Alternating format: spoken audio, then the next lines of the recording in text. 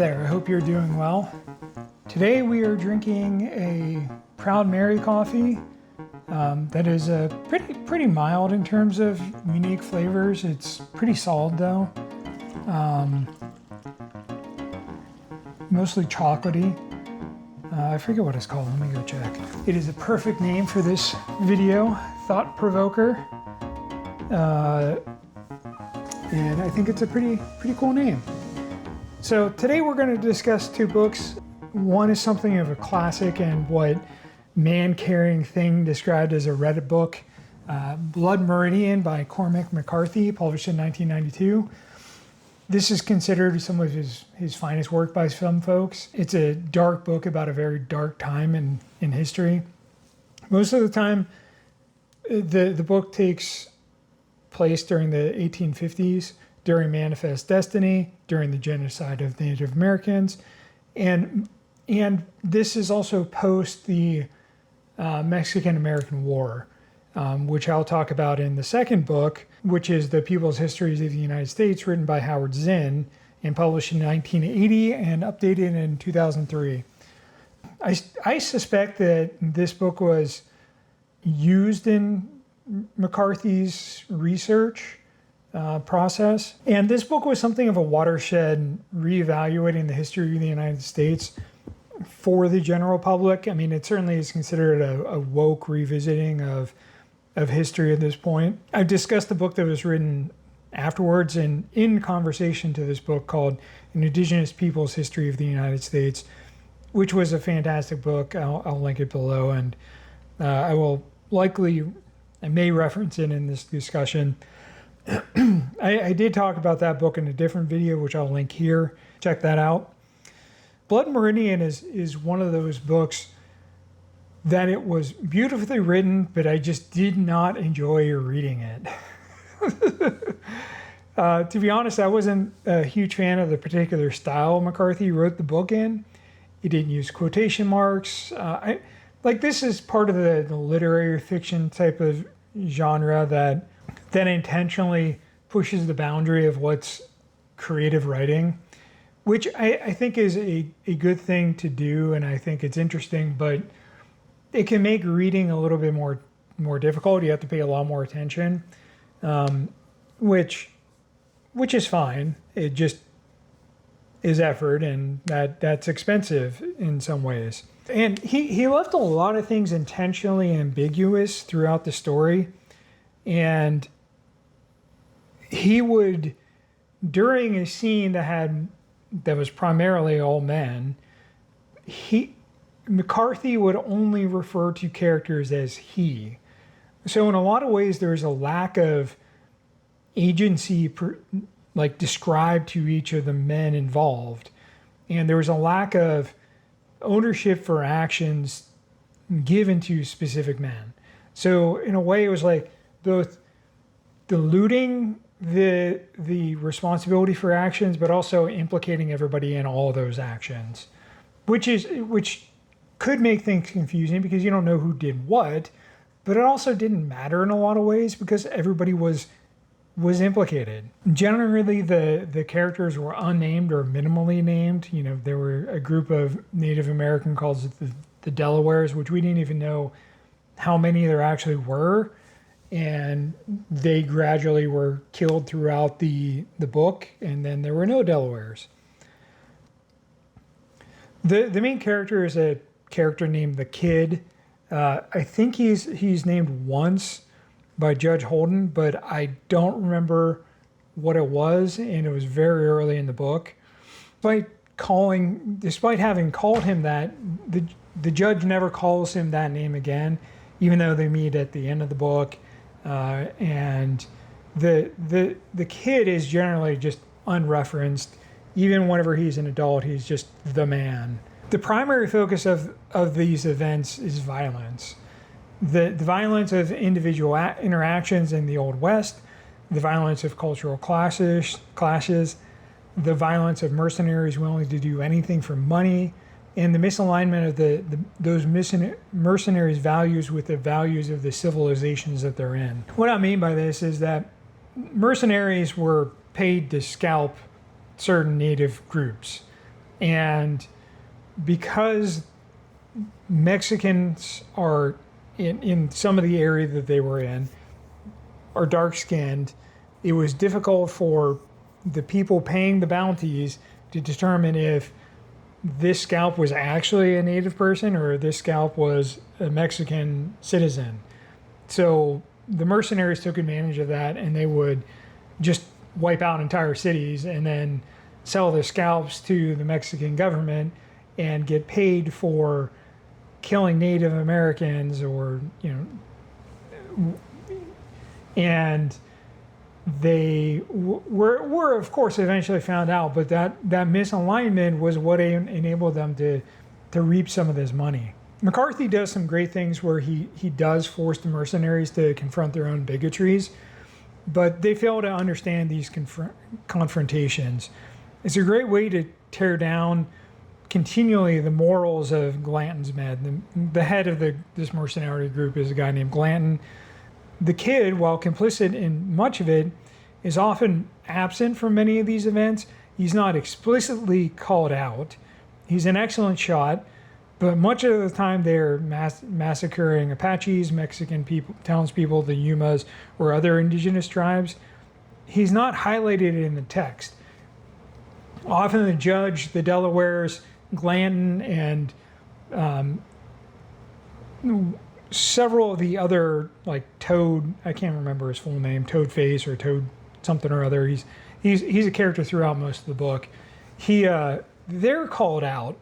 The kid isn't. Even whenever they're struggling or they need somebody shot, the kid still doesn't really seem to step up and do his due diligence or do duty in that regard.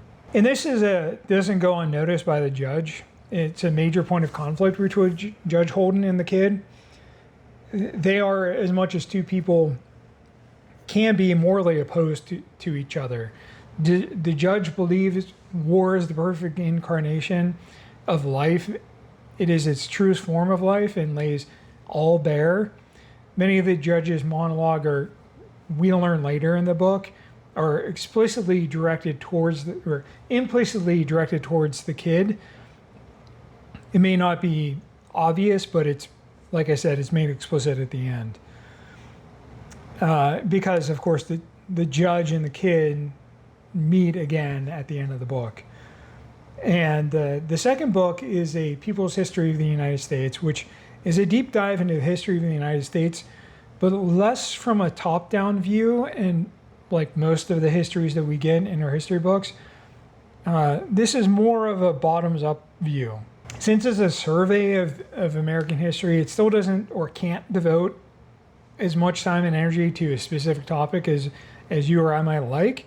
But I think that's okay, because then that allows for follow-up or conversations with the text where people can come in and say, Howard Zinn helped shed a light on this, but he missed this big thing over here.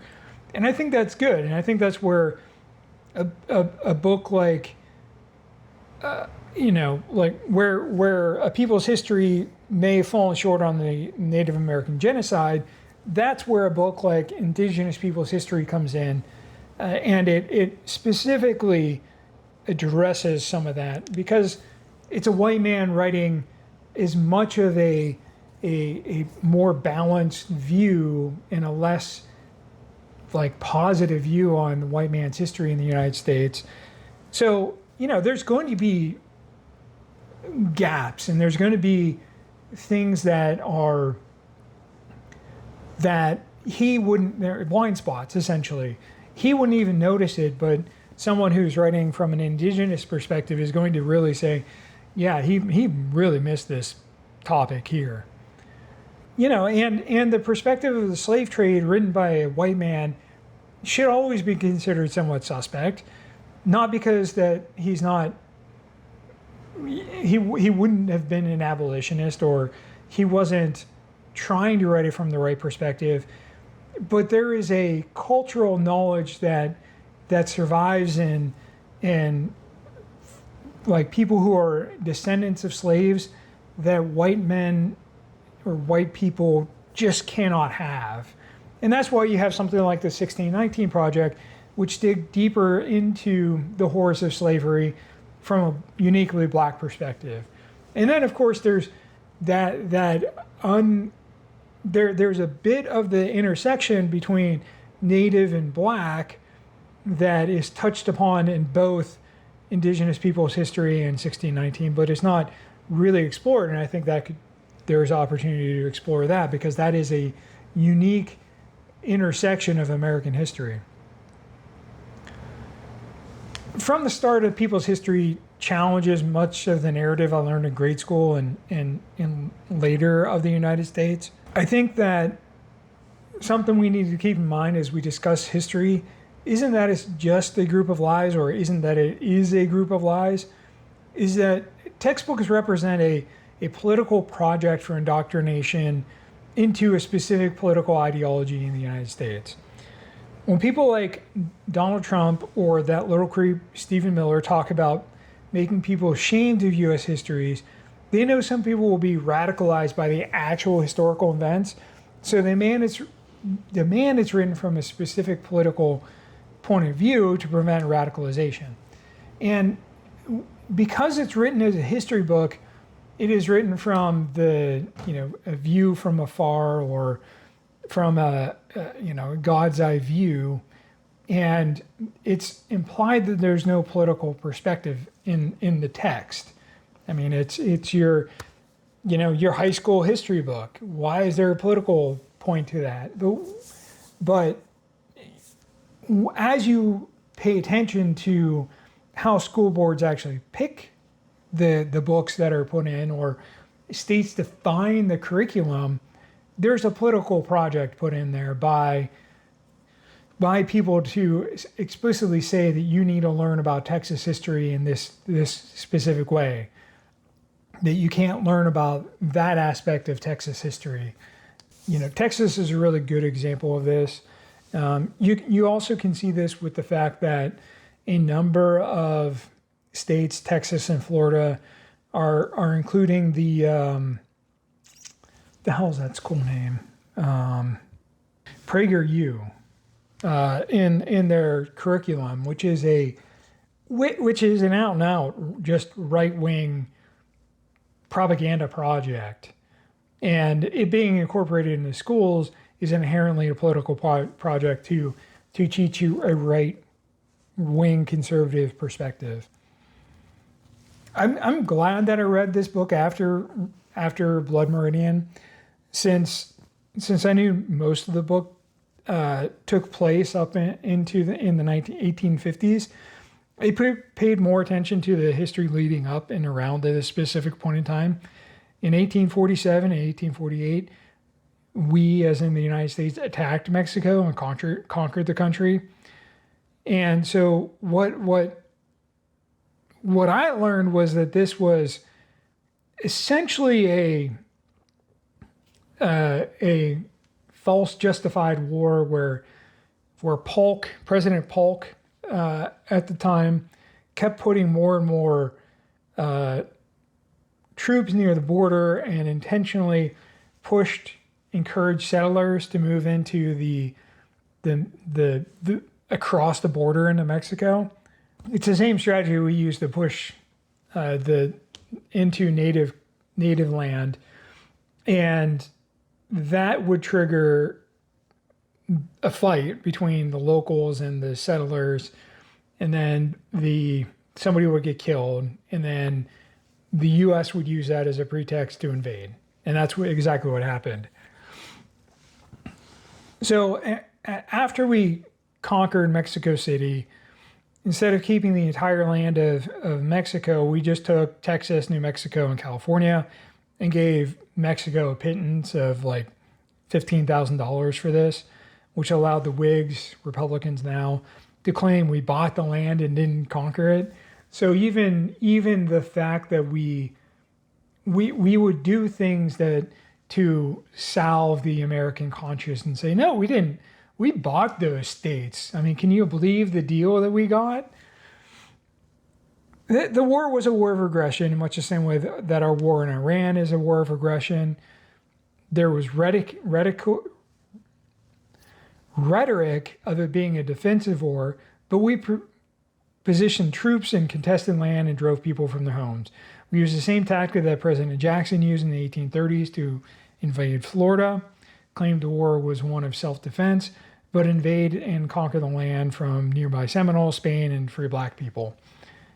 We forget often that Spain Florida was a Spanish colony. Like right now, whenever there's all this anger and hatred towards Spanish in the United States, we forget that Florida, Texas, New Mexico, Arizona, and California, they were all originally colonies of Spain that we subsequently conquered in the 1800s. And then they some of them didn't become states until almost the 1900s. So there is both a combination of indigenous people and also a lot of people who were Spanish that moved there, and people who, since they were dominated by Spain for 200 years, Spanish became the dominant language. And so whenever anybody says that the U.S. is an English-speaking country, they're practicing a revisionist history, because it never has been. And even whenever the U.S. got those territories of New Mexico, Texas, and California, they were predominantly Spanish-speaking. And there was a concerted effort to wait until more white Americans moved in, according to Indigenous Peoples' History of the United States, to turn them into states. And that is part of the white project. The tactic that Jackson used was one used by the United States against nearly all Native American tribes: push poor white people into native land, force a treaty, break the treaty, forcibly remove the natives to another area, force a treaty, and repeat. That's how the Trail of Tears happened. That's how we won the West.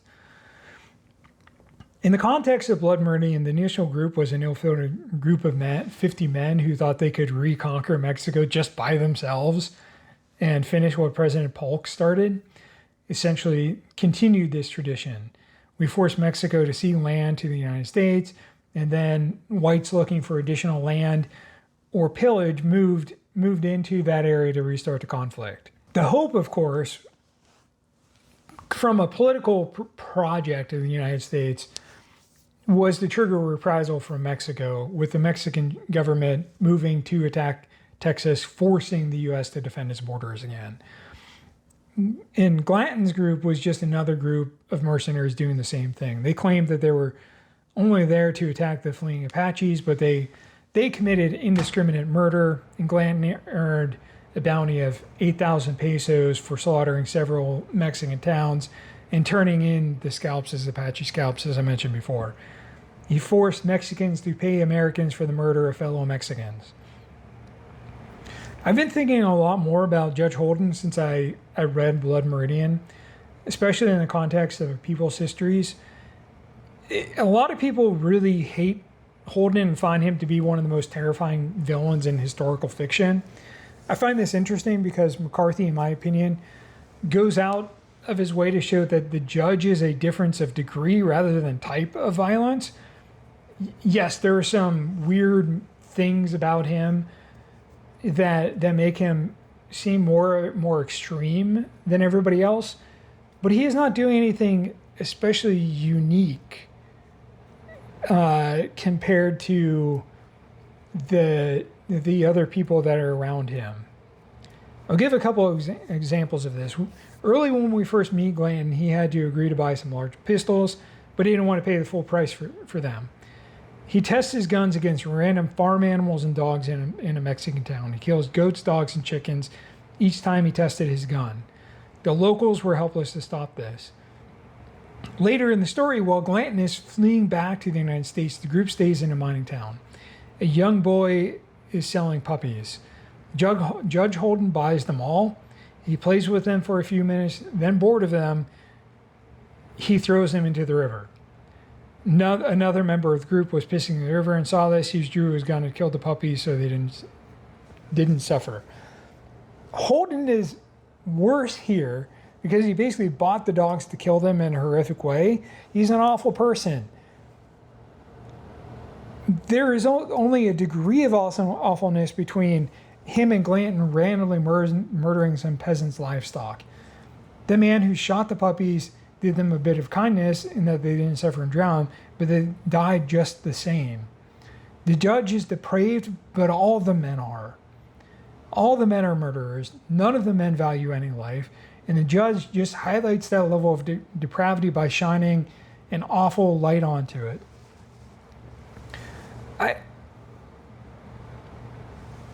I know that may seem like I'm missing something here, and maybe down in the comments tell me what I am missing and why this is worse.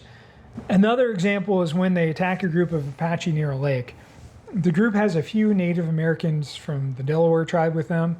During the slaughters of the warriors and women and children, one of the Delawares pulls 2 infants from a tent by the ankles and dashes their brains out on rocks. Judge Holden, on the other hand, captures a child and leaves the battle with him.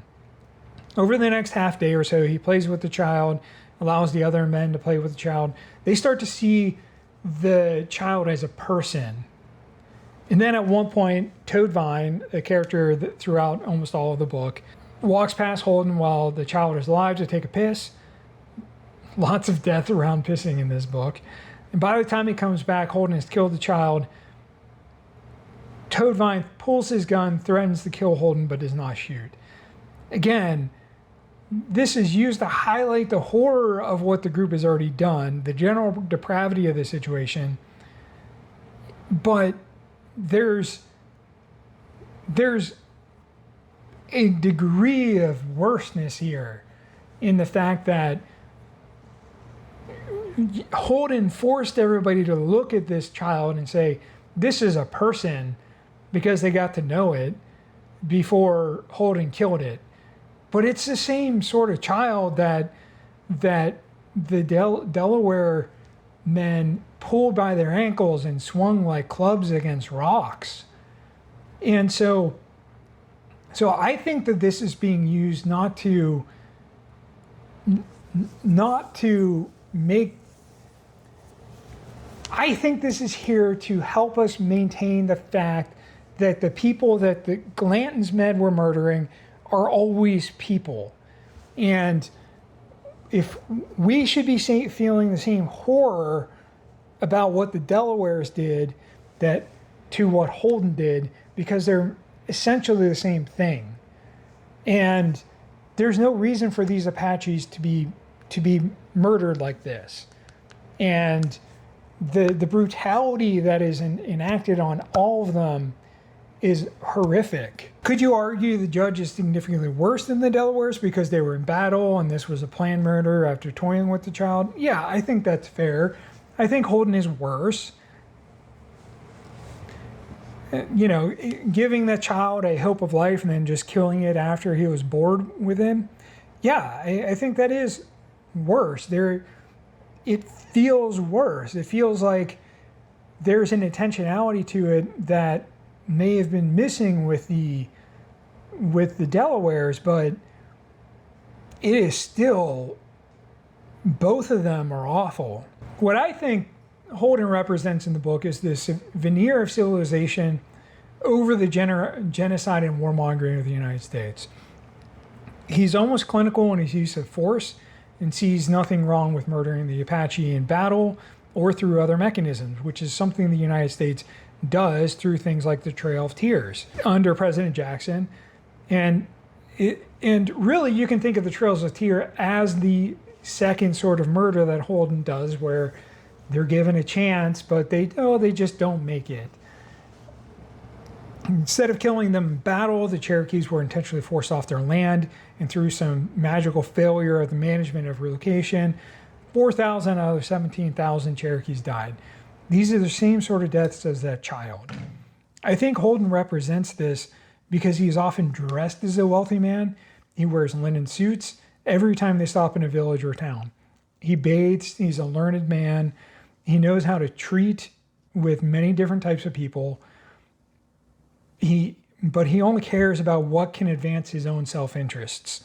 He's willing to pay anyone anything to get what he wants and thinks he needs.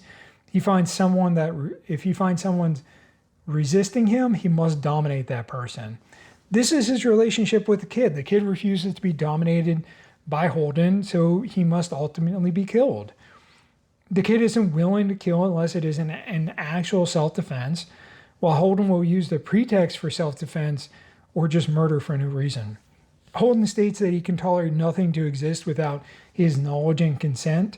This is imperialism through and through. He intentionally defaces petroglyphs. He kills animals that he finds and writes as in documentations like many Western scientists. This sort of behavior is reflected at the end of the book as the kid, now the man, travels through the buffalo graveyards of the 1870s. White man decided to kill the buffalo to punish the Native American tribes forced to live on those lands. Where we said, you will have this land as long as the grass grows and water flows, in a treaty signed by President Jackson. Instead, we murdered their primary food source, drove it to near extinction, and continue to break our treaty and slaughter Native Americans. All the while, when we go to our bars and saloons, we dance with a fevered joy. Have you read these books? Do you think I misunderstood Judge Holden? Is he worse than what I'm making him out to be? What do you think about the reevaluation of history that Zinn did through people's histories? Let me know in a comment below. I want to thank you so much for watching, and I really hope you have a good one. Thank you.